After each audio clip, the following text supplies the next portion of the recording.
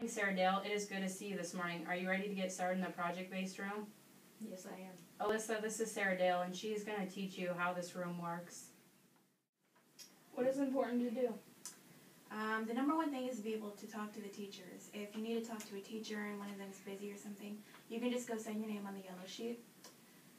And it is important to ask questions and not just sit there and look at your phone. That sounds easy. Anything else? You need to be focused on your work.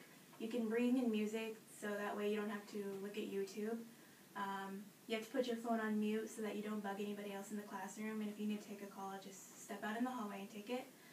And if you waste too much time, the longer it will take to finish the class. That sounds easy enough. Are there any of those annoying little rules that teachers have?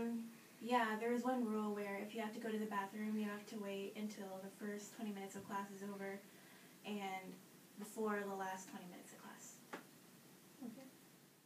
Now that you know how the room works, let's talk about how the whole process works. Alyssa, can you tell us a little how to get started in the project-based room? Well, the first thing to remember is your whole project has to be run through your teacher. It is your project, so pick things that sound interesting to you or at least doable. Are there limits to what we can do? Yes, there are, but you work with your teacher to create a good project. It'll be easy. I think I have ideas already.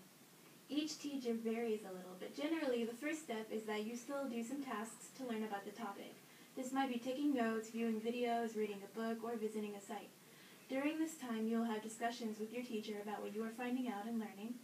They may have you visit additional sites or do activities to help you with your learning. That sounds kind of like a regular class. Yeah, kind of, but you do the work on your own and at your own pace. I liked being able to move as fast as I wanted.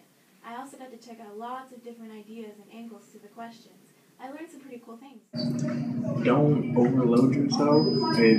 Project-based can be fun, and it can seem easy at first to have multiple classes that you do projects on, but it can be fairly easy to overwork yourself and realize that you've got too much on your plate, and then you get frustrated and don't want to do them anymore. So when I finish, I am done.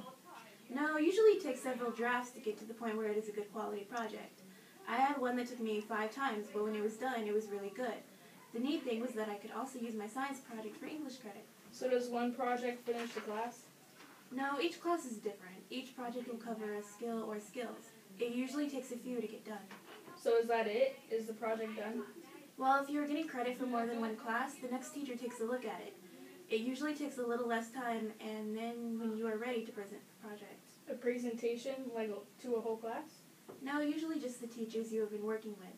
It is pretty easy, but it really proves what you know. Do you have any examples of projects? Here are some ideas of examples. Using teachers' help, things that kind of fascinate you that maybe you already know a little bit about. The computer, always helpful. Okay. And what are some things that will slow you down? Jumping into projects and realizing that that's not what you want and you have to start over, and even just being distracted in general on Facebook, Twitter. Tutorials, drawings, stories, the list goes on forever. Just ask if you think of a good idea. How do you get a grade?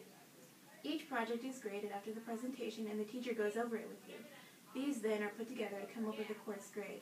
The teacher will let you know the final course grade. Is there a due date for everything? Not really. You work at your own pace. If you work slow, it will take a while to get done. Remember to ask for help. It sounds good. I think I'm ready to get going. What makes project learning work for you? Project-based learning works for me because I get to work at my own pace and I get to have creativity for things that I like to work into projects. What types of projects have you done in the room? I've done an earth science project that was based around a book that I read and got to tie in both my English and earth science class, and it was about if it was possible to live underground. Did you learn anything interesting by doing that?